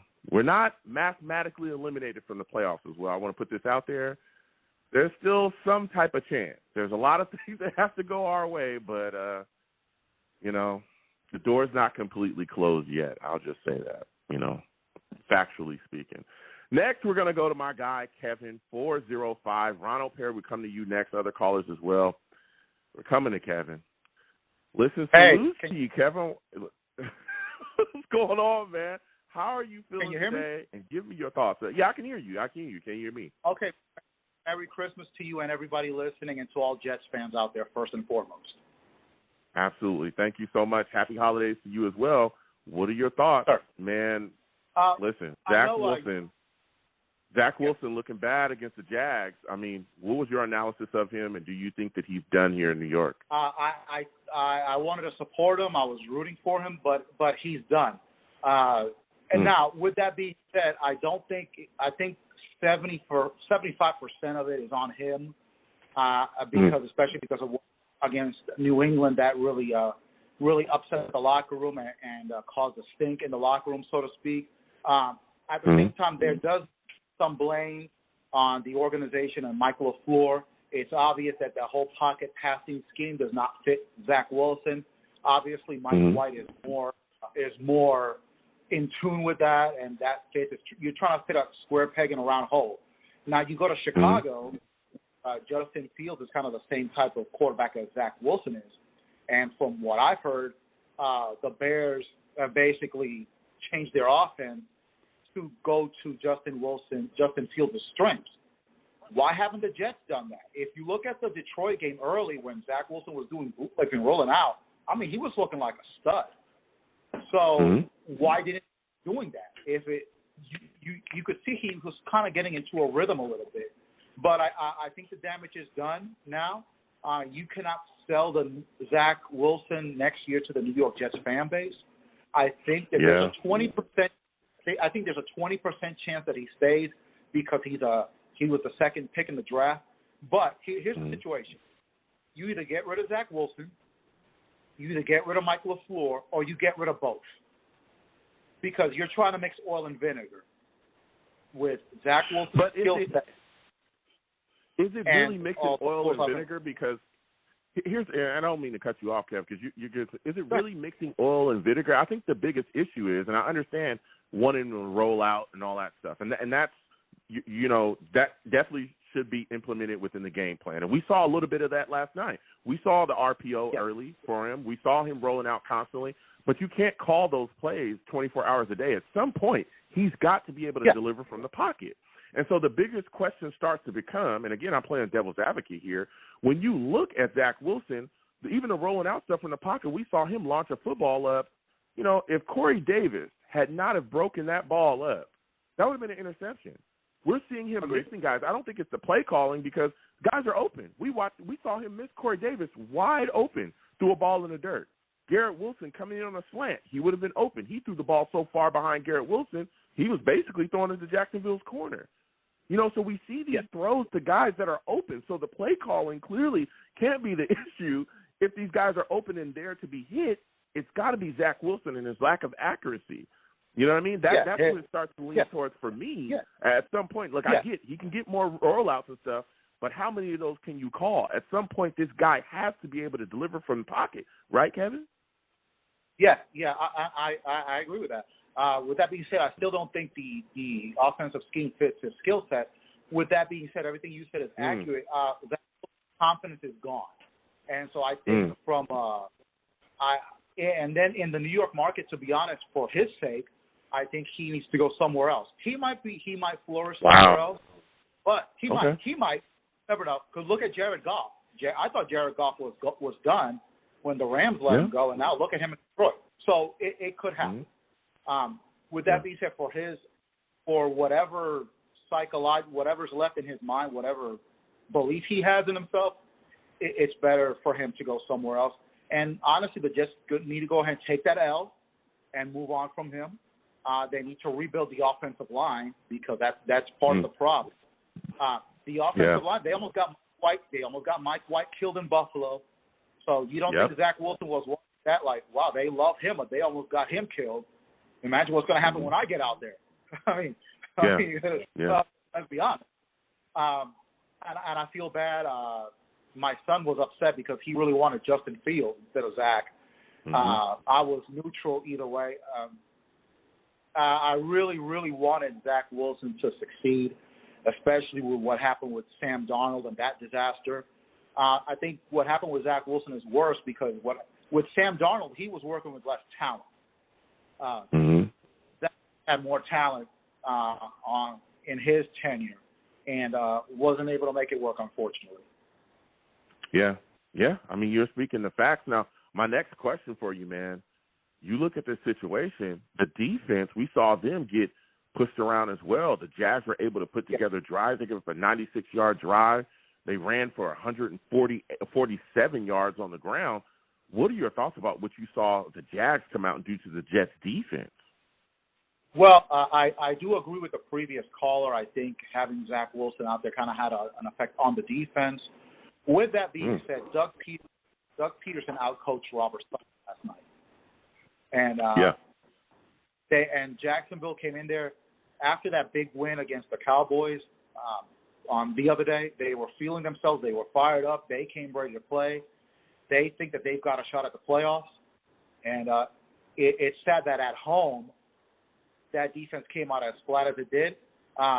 They're a bend but don't break defense, kind of like the Rex Ryan defenses of 2009 and 2010.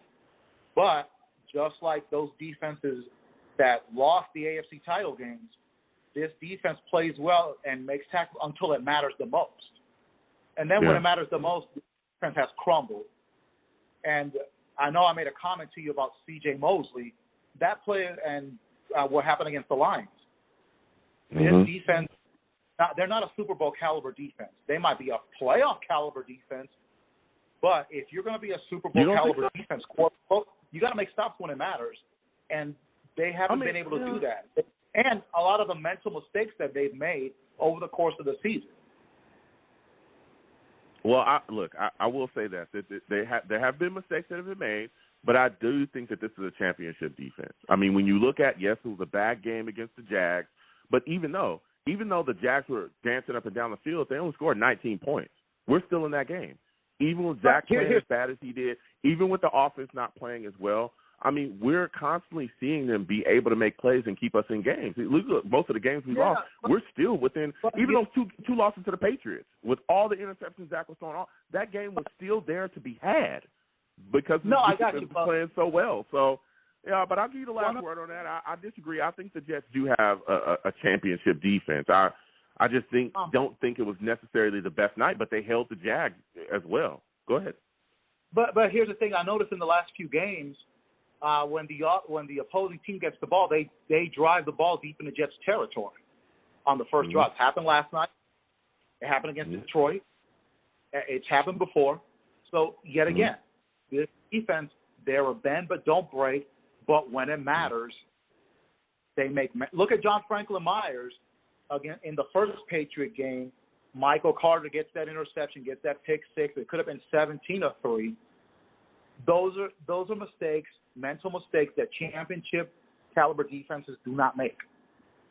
And I don't think that's the thing. I don't think they're a championship caliber defense because that's a game they should have.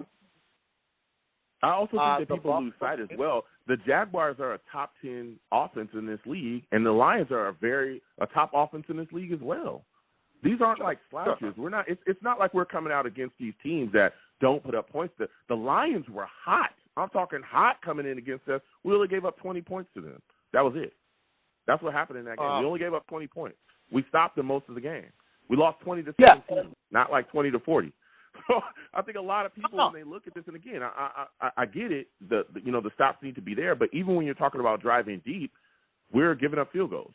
At that, we're not giving away like touchdowns. So it's still within reason for us to stay within the game. But if your offense is not putting things together and you're on the field all game, it's tough. It's tough to ask the defense to just not give up anything. Go ahead, Kevin. But no, and I understand that. But again, if you're a championship level defense in that Detroit game, that fourth down, that was inexcusable. If you're a championship level defense, you may give up the first down to Detroit, but you're still not going to give up the touchdown. That's what I'm saying. When it matters the most, they don't get it done, unfortunately. At least this year. Yeah. All right. I listen. I hear you, Kevin. Now, my next and final question for you. You bring in some heat. What are your thoughts about Miles Austin, our wide receiver coach, being suspended for violating the gambling policy? I mean, what's going on, man? I heard about that a couple of hours ago. Yeah, I know it is what it is, but right now I think the New York Jets have problems that are a lot deeper than Miles Austin getting suspended. They've got a lot. They've got a lot of things to deal with. Much deeper problems than that at this point. Yeah. Listen, I hear you. So give me your final score prediction, man. Jets, Seattle coming up. Who do you think wins? Who do you think loses? How do you think the game ends up? Well, I'm going to agree with the caller before me. I think with Mike White there, it's going to give him a spark. And also being away from New York is going to help. I think it will help them. And I'm going to pick the Jets in the upset over the Seahawks, 20-16. 20-16, Kevin?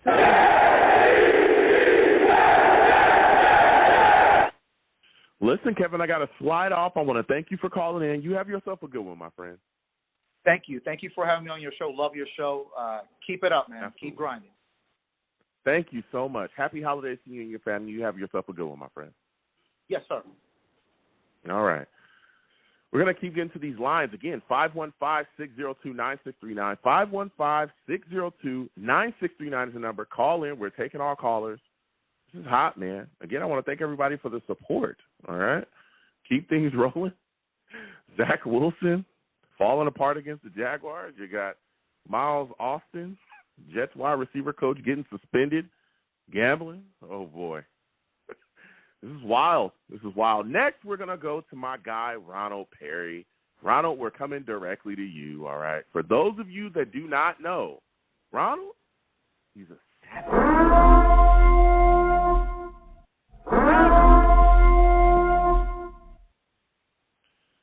Ronald, Savage in the building. My friend, I want to listen. You already know. I told you, man, when you call in, let it be known, okay? Let it be known, all right? Listen, Zach Wilson falling apart against the Jags, man. What do you think about him at this point? His confidence is shot. Is there anything you believe the Jets could do to kind of get him to turn around at this point in his career? You know what, man? I'm not even going to tell you that I know exactly what they should do, but I'm just thinking, like, while he was playing yesterday, I'm sitting there thinking, like, you know, they didn't even give nobody else a chance. You know, like, when they were recruiting this dude, they didn't even give nobody else a chance. They had their mindset on Zach Wilson, like, that's who they're going for. They didn't like, look at nobody else. They just had to go for Zach Wilson, and obviously that was a big mistake. I don't know, when has the Jets ever, like, made a good decision as far as a QB goes? That's another story, though. I really don't know what to say about that. I mean, we obviously messed up on a QB again. So, like, well, whatever way you can say, oh, well, he just needs some more time to, you know, give him some more time, like another year or whatever the case may be. But you know what? In 2022, if it takes this long, then I just don't think he's the answer, man. It's as simple as that. Wow. Look, I hear you, Ronald. I hear you. There's a lot of Jets fans I've gone back and forth with to talk about how, hey, they don't feel like he's the answer. Now, when you look at this situation going forward, right, if he's not the answer for you, do you think that coming up we'll see the New York Jets possibly bring in more veterans for a competition in the offseason, or how do you think it's going to play out there? I know that's a little bit far away, but do you think the Jets will probably go after some veterans, bring him in, and he'll be in the scrum within the QB competition, or do you think it's going to be Mike White teams going forward? They're going to try to bring him back. How do you think the Jets will handle this quarterback situation going forward? I just think that we should continue to give Mike White a chance. You know, in the draft, don't try to get a QB in the first round. Like that, like for the most part, that doesn't work. Obviously, the Jets can't pick a QB, so it's like let's let a round or two go by and see if you could just grab a QB.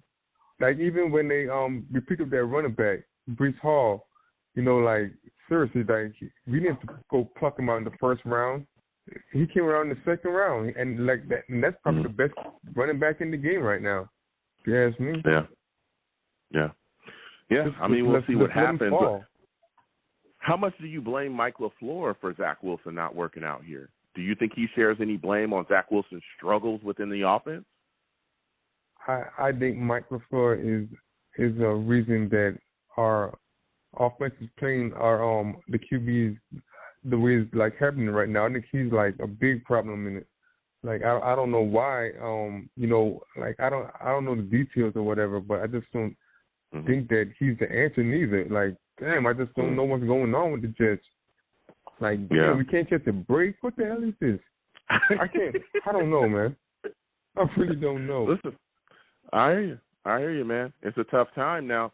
Were you surprised that the Jets' offensive line struggled so much against the Jaguars' defensive front yesterday? I mean, they were getting pushed around. We saw George Fant get multiple penalties. We saw Tomlinson and Connor McGovern just getting bulldozed over by these guys, and they were missing a lot of their top defensive linemen. I mean, what are your thoughts about the performance of the Jets' offensive line? You know, I was thinking about that too. I was like, yo, that's ridiculous because, like you said, like they were missing some key defenders and some key linemen, and I'm thinking like, damn, how are they getting pushed around like that?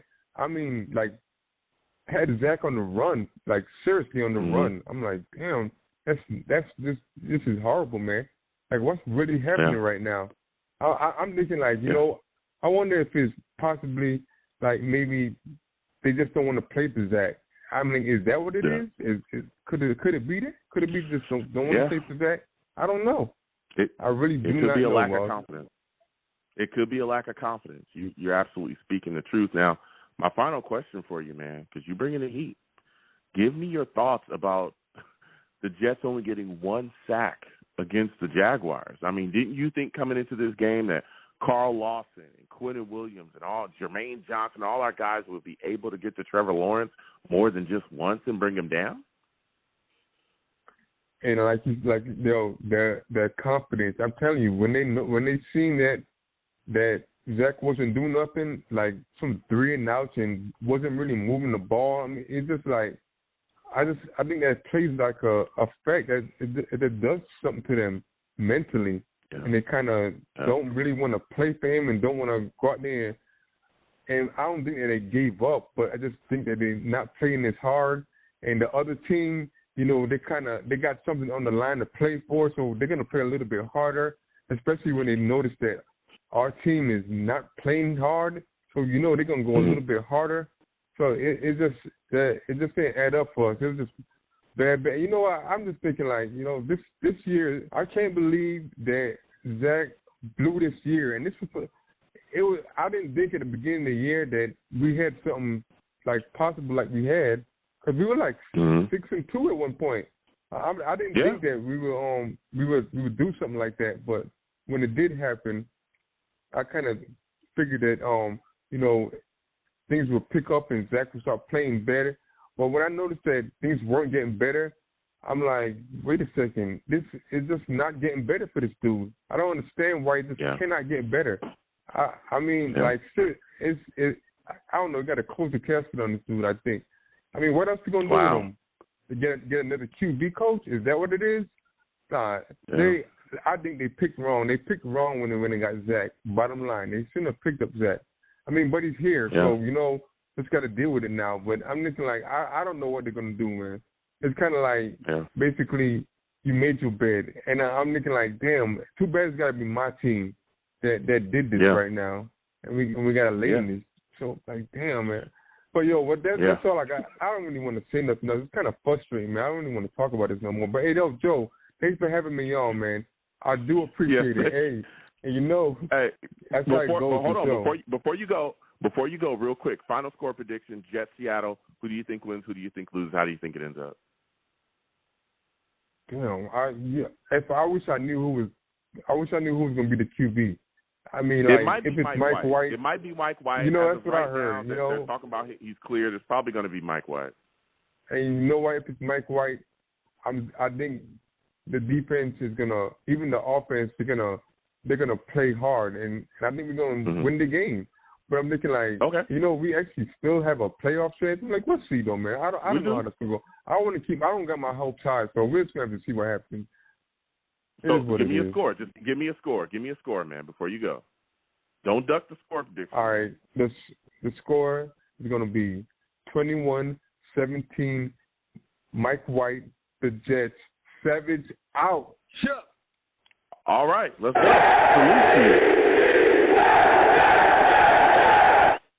Yeah, don't duck that score prediction, man. You know, I know he's upset. He's frustrated. You can hear it, but don't duck that score prediction, all right? No matter how frustrated you get with this Jets football team, give us that score prediction, man. Don't duck it. You know what I'm saying? Woo! This was a hot show. We had callers all over the place, people frustrated. Again, I know people are down right now, but the Jets still have a chance to make the playoffs somehow. A lot of things have got to happen. A lot of things have got to go on. We'll see what happens. Salute to Kicks 1326. He says LaFleur is taking a lot of heat, but he can't call a system because he's just trying to figure out what Zach Wilson could actually make happen. It's not the coaches, it's the QB. Kicks speaking his mind. That's a lot of people are saying. You know, it's tough, man. It is tough. Zach Wilson, the way he's looked, it's rough. It's going to be interesting to see what happens with him going forward. All right? We're going to keep getting to these lines. Again, 515-602-9639. 515-602-9639 is the number. Call in. We are taking all callers. Next, I'm going to go to Mac, man. Mac calling in from Ohio. Salutes to you, Mac. I want to thank you for calling in. For those of you that don't know Mac, he's a savage.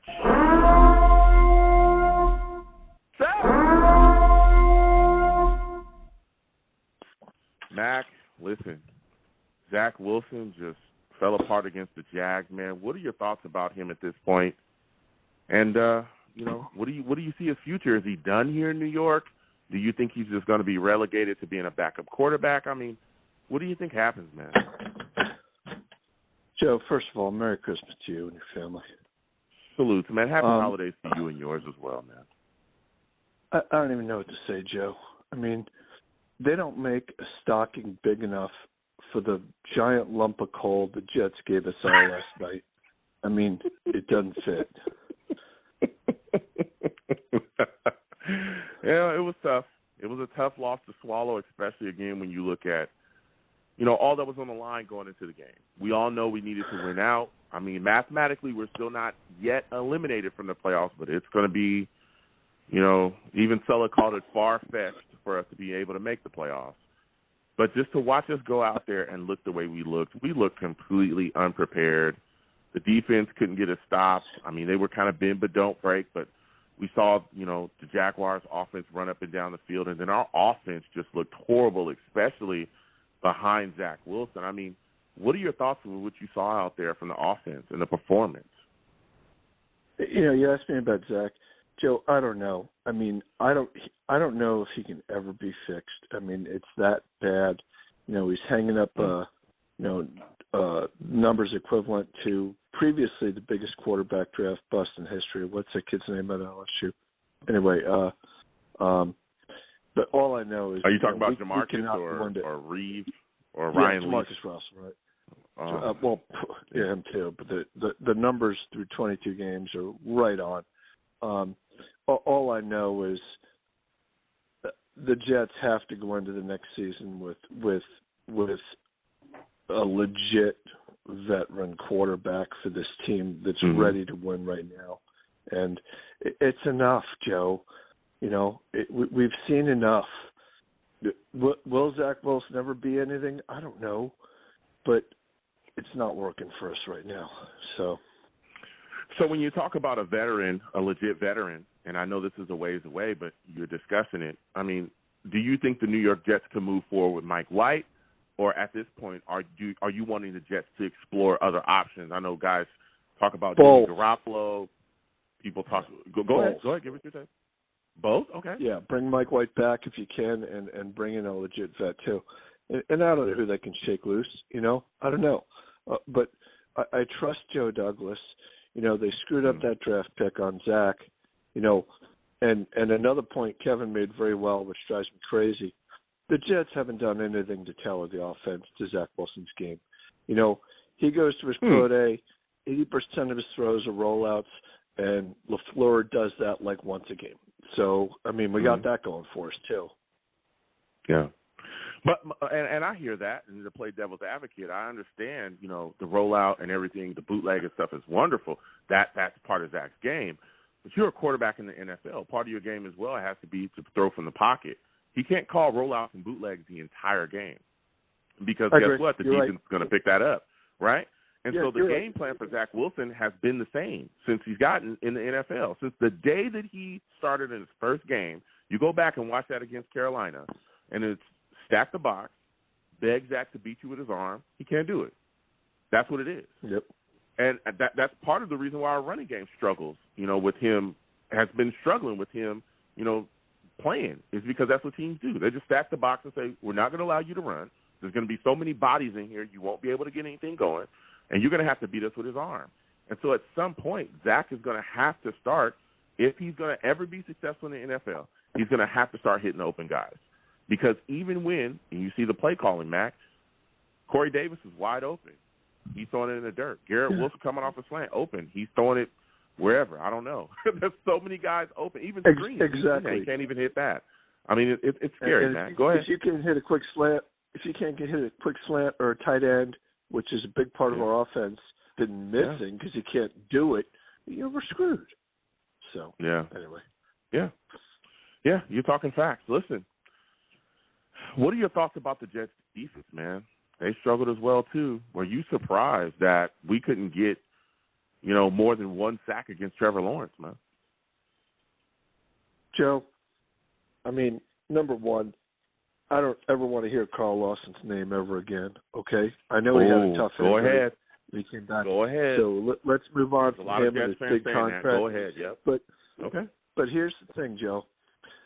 I picked the Jets to win 10 games this year. And 6 weeks ago, I was looking pretty good. I was feeling pretty good.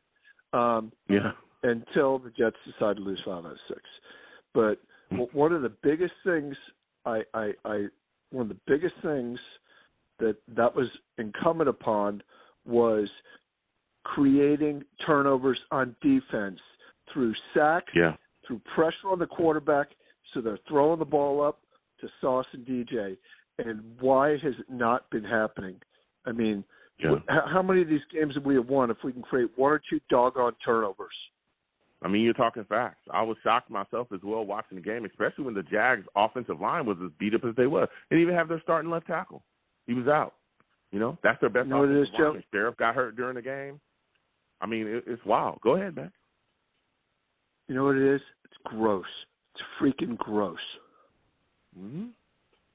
Yeah. Let me tell you what, before I jump off and let another caller on, Joe. Go ahead.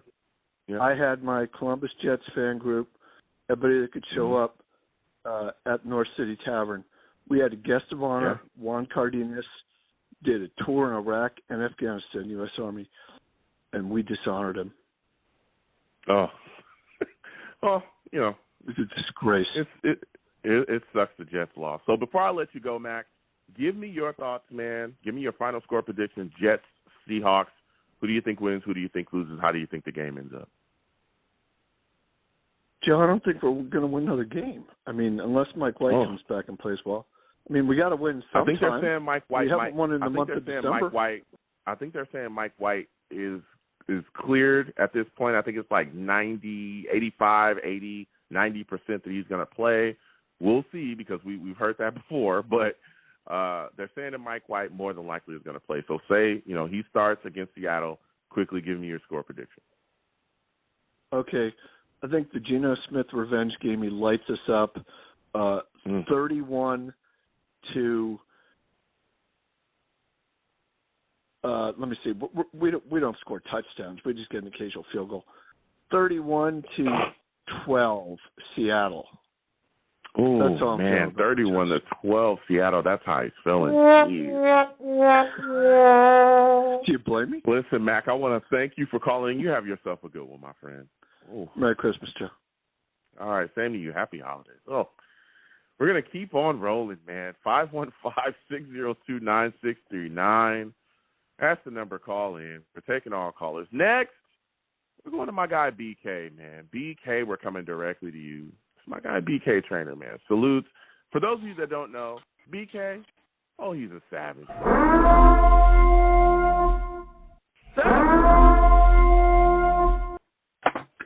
BK, salutes to you, my friend. We're up here talking. This is the venting session. People are upset. They want to talk about Zach Wilson. They want to discuss him and how badly he's played. Give me your analysis on him against the Jaguars. Oh, man, listen. I was hoping that wouldn't happen. We talked a few days ago. The guy, he can't read. He's not ready, man. I don't know if he will be ready, but he's just not an NFL professional quarterback. And it is what it is. It looks as though he got worse. It just really looked bad. Like, oh shit, he's not just throw that ball like that. And it kept happening. It kept happening. Like as he stayed in there, he just seemed to lost more and more confidence. This way his play. It was awful, man. It really was, man. So yeah, I didn't expect that. I expected him to play a little bit better, but he actually looked even worse. Yeah. Okay. Now, could you fix your phone a little bit? I don't know if you're on a headset, but you sound a little farther away. If you could cut that off and come to the phone a little bit more, it'd be a bit better. But yeah, I can hear you. I can hear you good now. That's perfect. But I was hearing you. I can hear your take there. Listen, it just seems like it's his confidence, man. His confidence looked to be shot.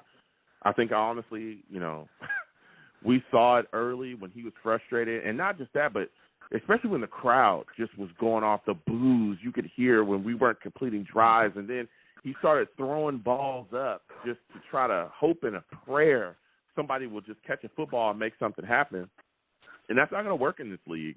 We saw Corey Davis, knock away a ball that should have been an interception. He was able to knock down a Jaguars corner.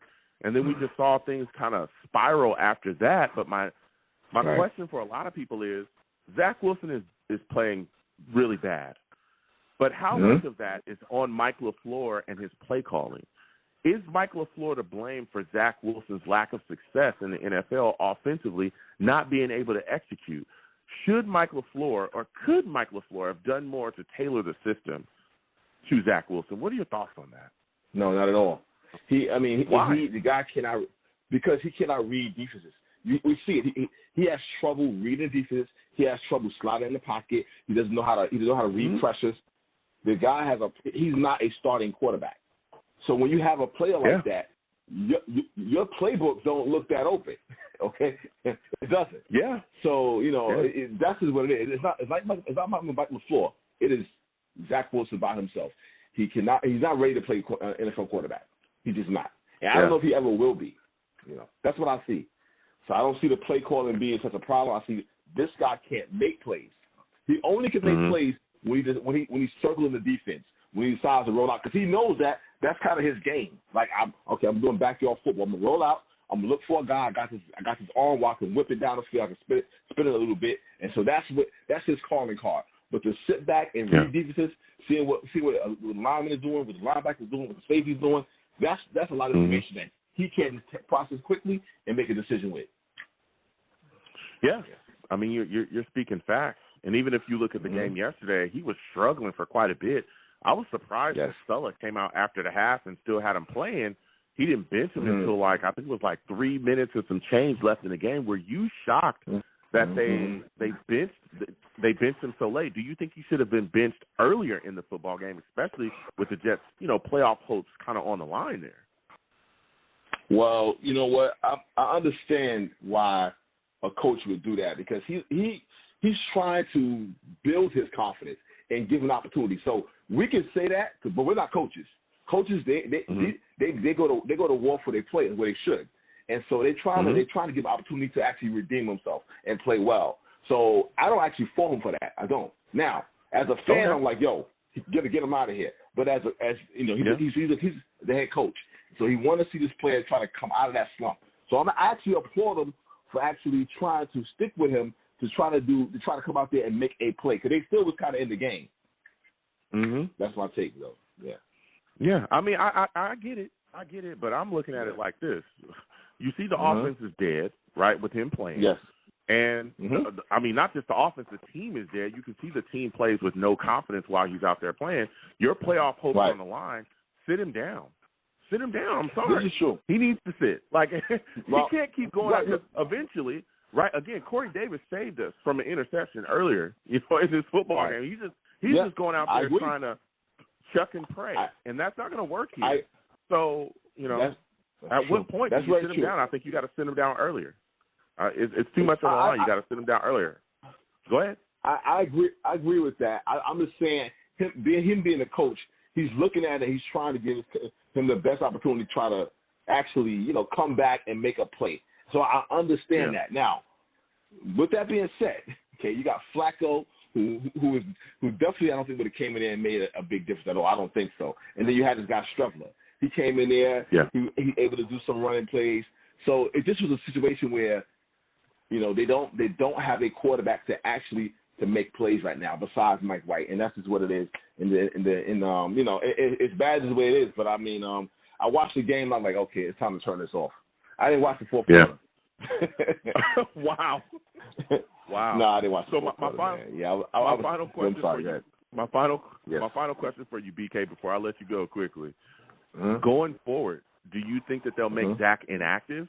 Do you think he'll go back to being inactive, or do you think they'll make Zach the number 2? If Mike White is healthy going forward, again, if he comes back against Seattle, do you think Zach goes back to being inactive, or do you think they hold Zach and allow him to be the number 2 quarterback?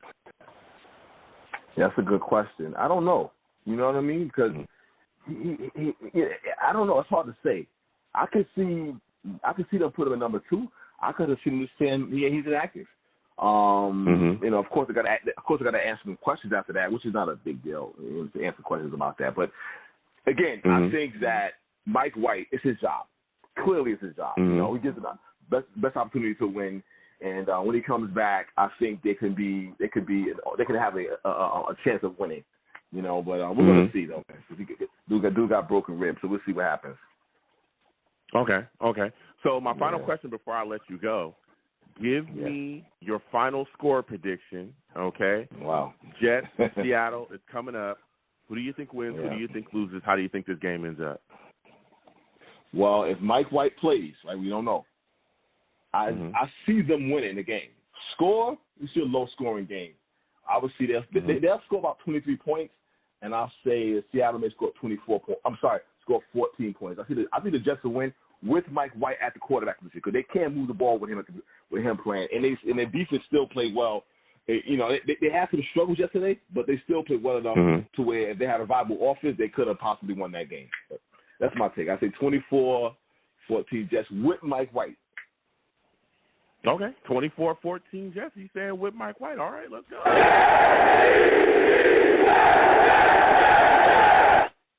Listen, BK, I got to let you go. I want to thank you for calling in tonight. Next time I have a show, I want to hear from you, all right? All right, man. Happy holidays. All right, same to you. Happy holidays to you as well. Whew, this was a hot show, man. Whoa. Listen, a lot of takes. I'm going to go ahead and close out. We're getting short on time. At this point, Jets got Mike White, man. We're going into Seattle. I don't know. I have a feeling, man. I don't know why.